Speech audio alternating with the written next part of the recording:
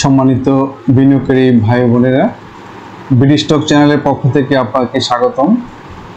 আজ আমি 6টি স্টক নিয়ে একটু আলোচনা করব, কারণ হচ্ছে আপনাদের মধ্য থেকে কয়েকজন বিনিয়োগকারী ভাই অনুরোধ করেছিলেন এই স্টকগুলো নিয়ে একটু ডিসকাশন করার জন্য। তো চলুন শুরু করা যাক।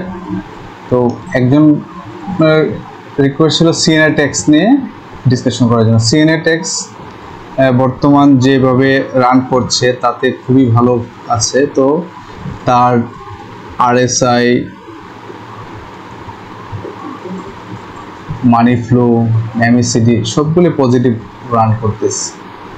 এ থেকে বোঝা যায় যে সিএনএ ট্যাক্স আগামী দিনেও ভালো করবে এবং আজকের ভলিউমটা অনেক ভালো ছিল।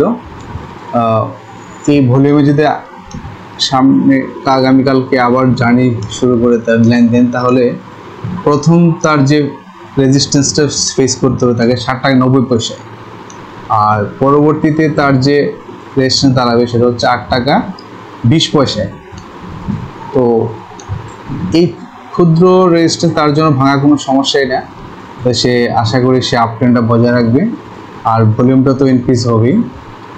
পাশাপাশি আমরা আগে যেখান থেকে ব্রেকআউটটা নিয়েছিল এই পজিশন থেকে নেওয়া হয়েছিল, দেখা যাচ্ছে যে এই পজিশনটা কিন্তু অলরেডি ব্রেক করে উপরে চলে আসছে এখানে। তো আগামীকালকে যদি 7 টাকা 90 বা 8 টাকা 20-এর মধ্যে ক্লোজ করতে পারে, তাহলে আশা করা যায় এটা যথেষ্ট লম্বা একটা রেঞ্জ দেওয়ার সুযোগ থাকবে। আর 8 টাকা 20 পয়সা রেজিস্ট্যান্সটা একটা মোটামুটি একটা রেজিস্ট্যান্স আছে, এটাকে ভাঙা সিএনএ ট্যাক্সের পক্ষে খুব অসম্ভব কিছু। আশা করি সিএনএ ট্যাক্স 8 টাকা 20 পয়সা ক্রস করে আপার লেভেলে চলে যাবে, 9 টাকা 80, 9 টাকা 10 টাকার মধ্যে চলে যেতে পারবে। তো যারা সিএনএ ট্যাক্সে ইনভেস্ট করে আছেন বা কোনো প্ল্যান করছেন বাই বা সেল করার জন্য, তো যথেষ্ট বুদ্ধিমত্তা নিয়ে অ্যানালাইসিস করে আপনারা করতে পারেন। তবে সিএনএ ট্যাক্সের সামনের দিনগুলো ভালো যাবে আশা করতেছি। Thank you. নেক্সট স্টকটি হচ্ছে প্যাসিফিক ডেনিম। তো প্যাসিফিক ডেনিম খুবই ভালো অবস্থায় আছে।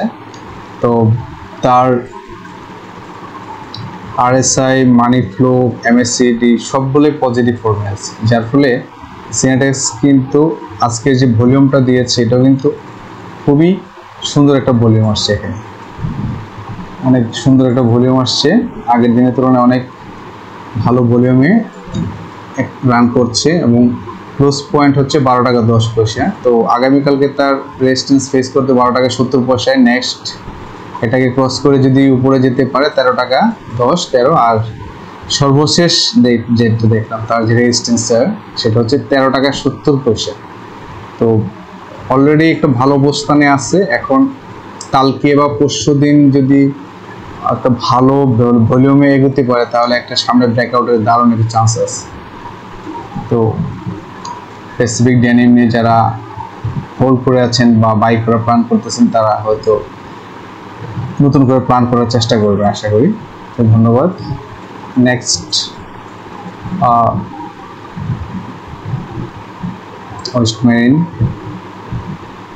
ওয়েস্টার্ন মেরিন শিপইয়ার্ড নিয়ে কথা বলতে চাচ্ছি। সেটা হচ্ছে এটা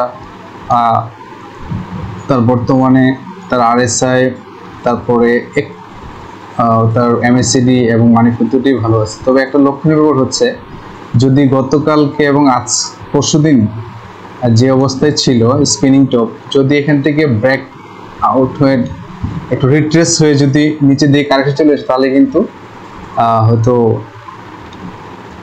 নিচে নামতে পারে। কিন্তু আজকে কিন্তু এই 2 দিন কিন্তু একটু কারেকশন, মানে একটু স্লো গিয়ে কিন্তু নতুন করে উজ্জীবিত হয়ে কিন্তু আবার পুরনো মানে পজিটিভ মুভমেন্টে এগিয়ে যাচ্ছে। তো সেই ক্ষেত্রে তার বর্তমান তার ক্লোজিংটা হচ্ছে 11 টাকা 20 পয়সা। তো নেক্সট তার রেজিস্ট্যান্সটা থাকবে 11 টাকা 80 পয়সা। 11 টাকা 80 পয়সা ক্লোজ করতে গেলে তার একটা ভালো ভলিউম লাগবে, যদিও গত 2 দিন তো ছিল নর্মাল, আজকে কিন্তু ভালো ভলিউম দিয়েছে।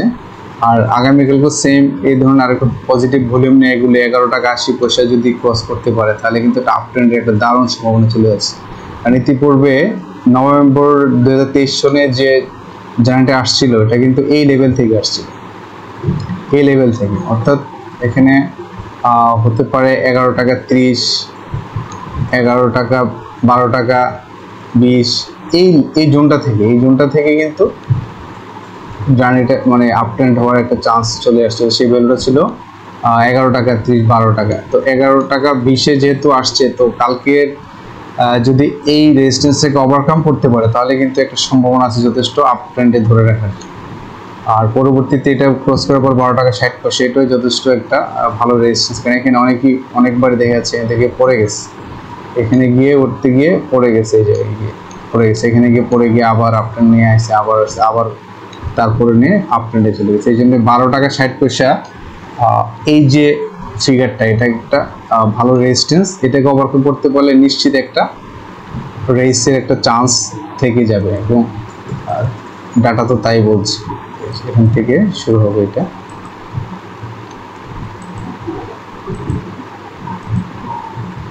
এই যে এখান থেকে বলছিলাম যে এখান থেকে এই যে থেকে আপ ট্রেন্ড হওয়ার একটা চান্স থেকে যাবে এই পয়েন্ট অফ ভিউ থেকে। এই জন্য 12 টাকা 60 পয়সাটা একটা ভালো একটা পয়েন্ট এই জায়গায়। আর পাশাপাশি ফার্স্টে এই জায়গায় এখান থেকে যে ওভারকাম করতে পারে তাহলে কিন্তু ওয়েস্টার্ন মেরিন শিপইয়ার্ড অনেক পজিটিভ ফর্মে যাবে এবং ভালো একটা প্রফিট আনার সুযোগ আছে এখান থেকে। Thank you.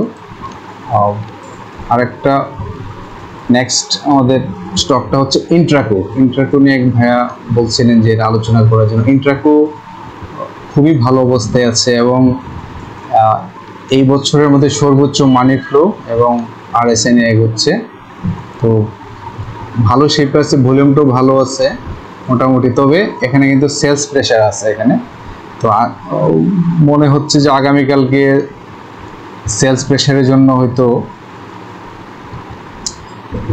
কিছুটা হয়তো স্লো যেতে পারে, এবং হয়তো তখন হয়তো 2-1 দিন হয়তো একটু কারেকশনে গেলেও যেতে পারে। আর কারেকশন গেলেও 33 টাকা 70 পয়সা এর ভিতরেই থাকবে, এর বেশি নিচে নামতে পারবে না, কারণ এখানে খুব বেশি কারেকশন হওয়ার কিছু নেই।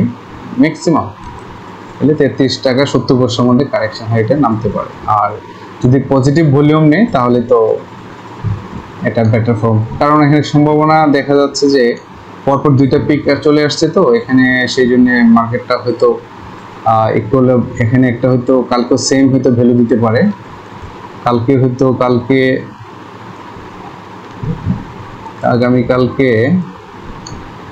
আগামীকালকে 33-60 করছে, তো ক্লোজ 50 সেম একটা হাইক ক্লিয়ার করে হয়তো একটা ডাউন ফর্ম হয়তো আমরা দেখতে পারি হয়তো। তো ইন্ট্রাকো নিয়ে যারা আছেন তারা কালকে অবশ্যই কনসিয়াসলি বাই বা সেল করার প্ল্যান করবেন। যদি আমার মনে হয় যারা প্রফিটে আছেন কালকে হয়তো সেল করাটা প্ল্যান করতে পারেন, তারপর হয়তো আবার একটু কারেকশন করে তখন আবার বাই নিয়ে আবার নতুন করে পজিশন ক্রিয়েট করতে পারবেন। এটা ইন্ট্রাকো। তারপর কাট্টালি টেক্সটাইল নিয়ে রিকোয়েস্ট ছিল, তো কাট্টালি টেক্সটাইলের মধ্যে খুবই ভালো একটা টেক্সটাইল আপাতত মনে হচ্ছে এখন, তার RSI মানি ফ্লো সবগুলোই পজিটিভ ফর্মে, এবং যে ক্যান্ডেল শো করছে তাতে তো পুরোটাই হচ্ছে বায়ারদের, মানে হিউজ পরিমাণ বায়ার আছে কেনার জন্য, এই প্রাইজে রেডি আছে।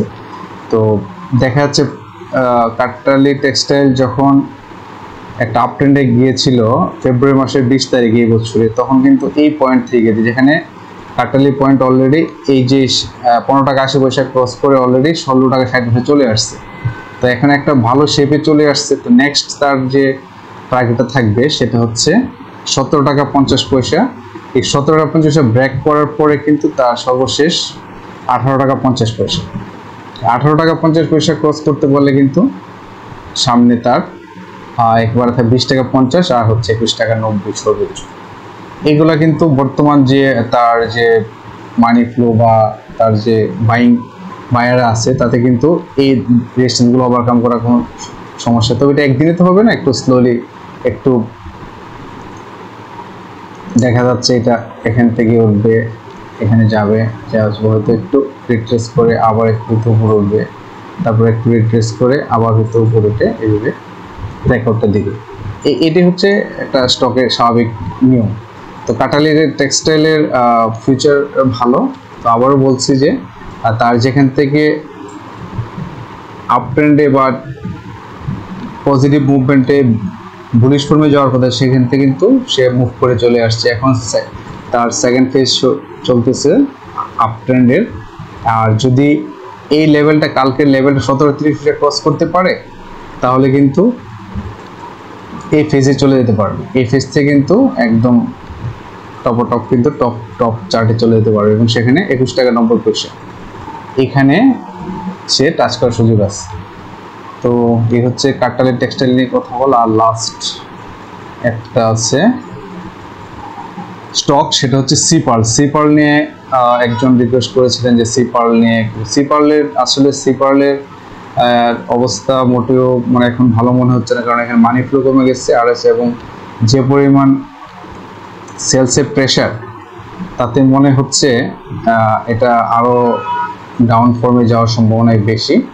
তো সিপার্ল নিয়ে এখন ওয়েট করা ছাড়া উপায় না, অথবা আপনার যদি ক্যালকুলেশন করে স্টপ লস নিয়ে সুযোগ থাকে, স্টপ লস নিয়ে বেরিয়ে যাওয়াই ভালো। কারণ এটার বর্তমান যে প্যাটার্ন, তাতে সেলসের হিউজ পরিমাণ সেল হচ্ছে এখানে এই লেভেল থেকে, হয়তো আরও নিচু নামতে পারে। তো সিপার্ল নিয়ে আপাতত এটাই যে যদি সুযোগ থাকে আপনি স্টপ লস নিয়ে বেরিয়ে যেতে পারেন, অথবা নতুন পরে অ্যাভয়েড করতে পারেন। Thank you. তো আজকে আপনাদের অনুরোধের কয়েকটি স্টক নিয়ে আলোচনা করলাম। এছাড়াও যদি কারো মনে হয় যে কয়েকটা স্পেসিফিক থাকে স্টক নিয়ে আলোচনা করলে ভালো হয়, আমাকে কমেন্টসে জানাতে পারেন। আর আবারও রিকোয়েস্ট করব, আমার বিডি স্টক চ্যানেলটাকে সাবস্ক্রাইব করে রাখবেন এবং সাথে সাথে বেল আইকনটা প্রেস করে রাখবেন, যাতে নতুন ভিডিও আপলোড হওয়ার সাথে সঙ্গে আপনারা ভিডিওটা দেখতে পারেন। থ্যাংক ইউ, ভালো থাকবেন। আসসালামু আলাইকুম।